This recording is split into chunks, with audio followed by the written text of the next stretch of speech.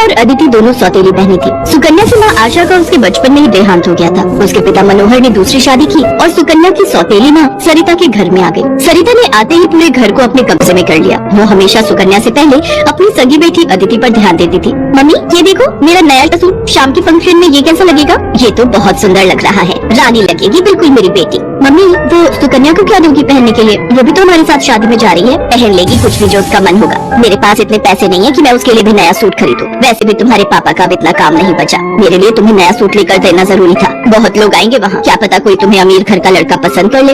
अरे सरिता, कभी कभी अपनी बड़ी बेटी सुकन्या के बारे में भी सोच लिया करो। वो बेचारी भी तो शादी लायक है। बस आ गए अपनी लाडली बेटी के बारे में चिंता करने। पता नहीं कौन से मनहूस दिन मेरी तुम्हारे साथ शादी हुई थी। जब से आई हूँ एक ही नाम तुम्हारे मुंह पर चढ़ा हुआ है। देखती हूँ सुकन्या सुकन्या। अरे तुम्हारी दूसरी बेटी अदिति भी कुंवारी है, वो भी तुम्हारी ही बेटी है। उसके बारे में भी कुछ सोचा करो। मैं हूँ जो पैसे जोड़ जोड़ कर अपनी बेटी को सूट दिलवाए है। अब शाम को चलने की तैयारी कर लो, बहुत बड़े बड़े लोग उस शादी में आएंगे। ये तो मेरी सहेली पुष्पा की बड़ी मेहरबानी है जो उसने हमें एक कार्ड दे दिया, वरना हम गरीबों को इस शहर में और इतनी बड़ी शादी में कौन पूछेगा। मनोहर को पता था कि सरिता का स्वभाव बहुत ही खड़ूस है, इसलिए वो चुपचाप अपने कमरे में चला जाता है। शाम को सब लोग शादी के लिए तैयार होते हैं। अदिति बहुत ही सुंदर सूट पहनकर तैयार होती है। सुकन्या के पास तो कपड़े ही नहीं थे। अचानक मनोहर सुकन्या के पास आता है। सुकन्या बेटी, ये ले, ये तेरी माँ की साड़ी है, तू ये पहन कर तैयार हो जा। देख कितनी सुंदर साड़ी है, मेरे संदूक में रखी थी, मैं वही ढूंढ रहा था और आज मुझे मिल गई।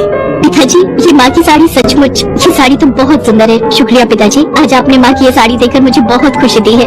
हाँ बेटी, अब ये साड़ी पहनकर जल्दी से तैयार हो जा, देखना सबसे सुंदर लगेगी मेरी बेटिया।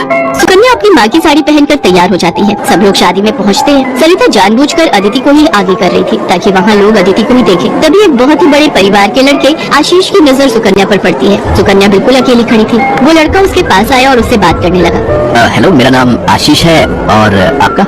जी मेरा नाम सुकन्या है। अच्छा नाम है आपका। वैसे आप यहाँ अकेली क्यों खड़ी हैं? चलिए ना, वहाँ डांस फ्लोर पर सब लोग डांस कर रहे हैं। आशीष को सुकन्या से बात करता देख सरिता आशीष के पास आती है। सुकन्या बेटा, तुम्हारे पापा तुम्हें बुला रहे हैं, इनके साथ अदिति डांस कर लेगी।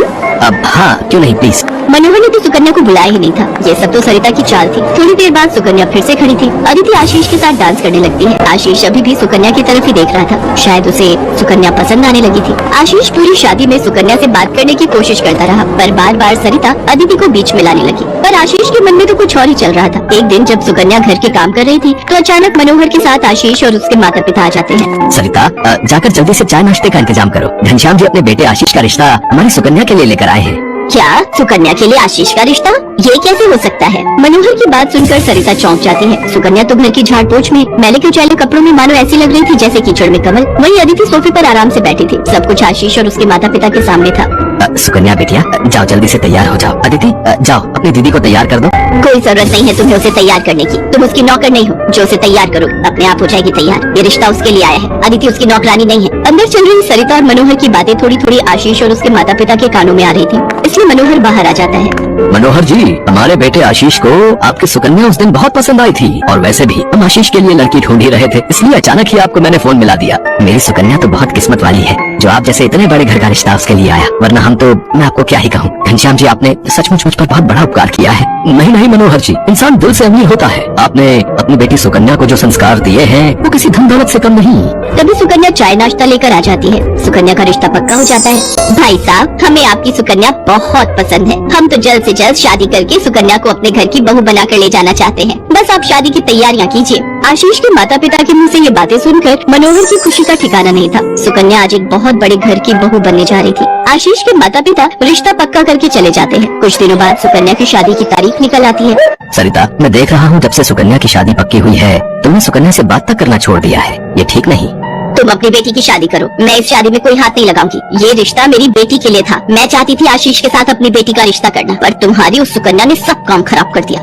ये तुम गलत कह रही हो सरिता। सुकन्या के लिए आशीष के माता पिता खुद से रिश्ता लेकर आए हैं। तुम्हें तो खुश होना चाहिए। तुम क्यों सौतेलापन सुकन्या के साथ रख रही हो? तुम्हें तो उसकी सगी माँ बनकर उसे विदा करना चाहिए। मैं इसलिए तुम्हें उसकी माँ बनाकर लाया था, वरना क्या? क्या कहो तो मैं अभी ये घर छोड़कर चली जाती हूँ। बोलो। मनोहर की